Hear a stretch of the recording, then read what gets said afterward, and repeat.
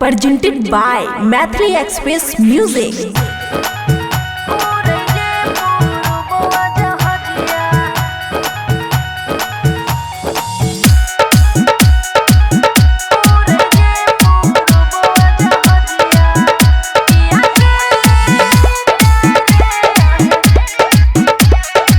खुशी recording studio बलुआहा।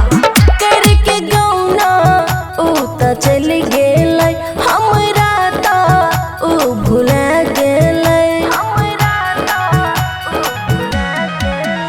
आइ तक नहीं मिलल खबरिया हो, जाने कहाँ छै सवरिया हो। उड़ै छै ओ जगगनवा, पिया के ले तेरे आहे। उड़ै जे पूर्ववा जहाजिया, पिया के ले तेरे आहे। उड़ै जे पूर्ववा जहाजिया, पिया के ले तेरे आहे। उड़ै जे पूर्ववा जहाजिया, उड़ै जे पूर्ववा जहाजिया।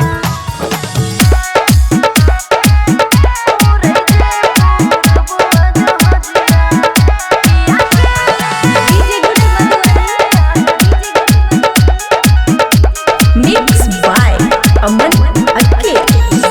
चूरी नहीं चाहकै कखनो, खनकै नहीं कंगना। बड़ी सुनसान लागै ई बड़का अंगना, ई बड़का अंगना। फर्ज मन मर्जी हमरा से कइने छैयो, अपन कनिया के बहुते सतैने छैयो।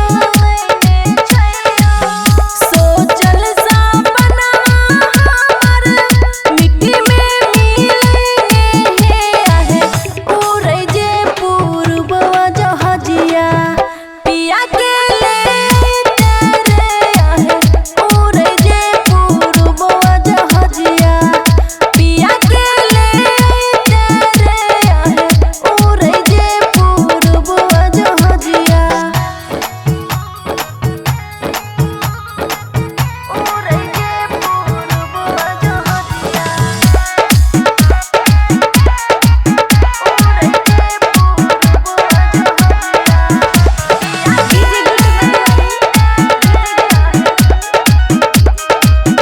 खुशी रिकॉर्डिंग स्टूडियो बलुआहा।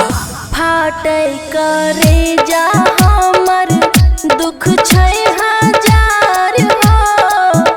अखिया से बहै लोरवा नदिया के धार हो, नदिया के धार हो। कैलो गौना मन के भावना, नहीं बुझलो अहाँ।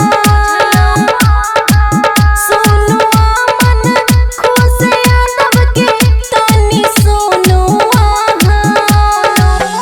कब तक नैनवा हमर दिल के धड़कै रे आहे।